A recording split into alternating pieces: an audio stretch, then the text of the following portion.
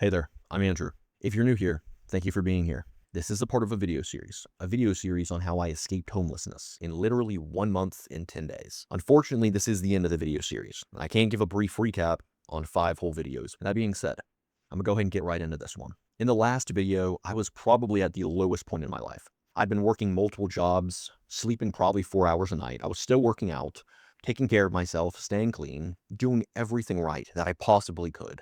And still everything was falling apart. My checks from my 2 jobs, they'd gotten messed up. My clothes got destroyed. I had no money. I had no food. I even had holes in my shoes. I was at absolute desperation. But just like I said at the end of the last video, the same way everything fell apart overnight.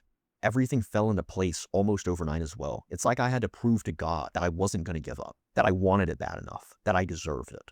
And on Friday, I'll never forget what Friday it was. I forgot what Friday it was. I woke up sleeping on a piece of cardboard, like I usually did, and my factory job had sent me both of my checks the exact same day that I got paid for my restaurant job. Literally overnight, I went from not being able to afford a jar of peanut butter to having over $3,000 all at once. I started looking for a place, and things just got super easy. It was like I had this wave of momentum that I just built up behind me. I probably called 100 apartment buildings like that day I got paid. And I ended up finding this guy on Craigslist. And when I called him, he was like, "Oh yeah, I have 4 other people who work in the same red factory as you. Pay me and we're good to go." There wasn't like an application process. There wasn't any waiting. It was, yeah, you're not a creep and you have money, so the keys will be in your mailbox. Literally, within a week of getting paid, I had a place to live.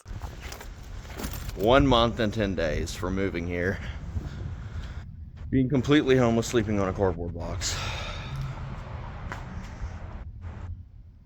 I have a place.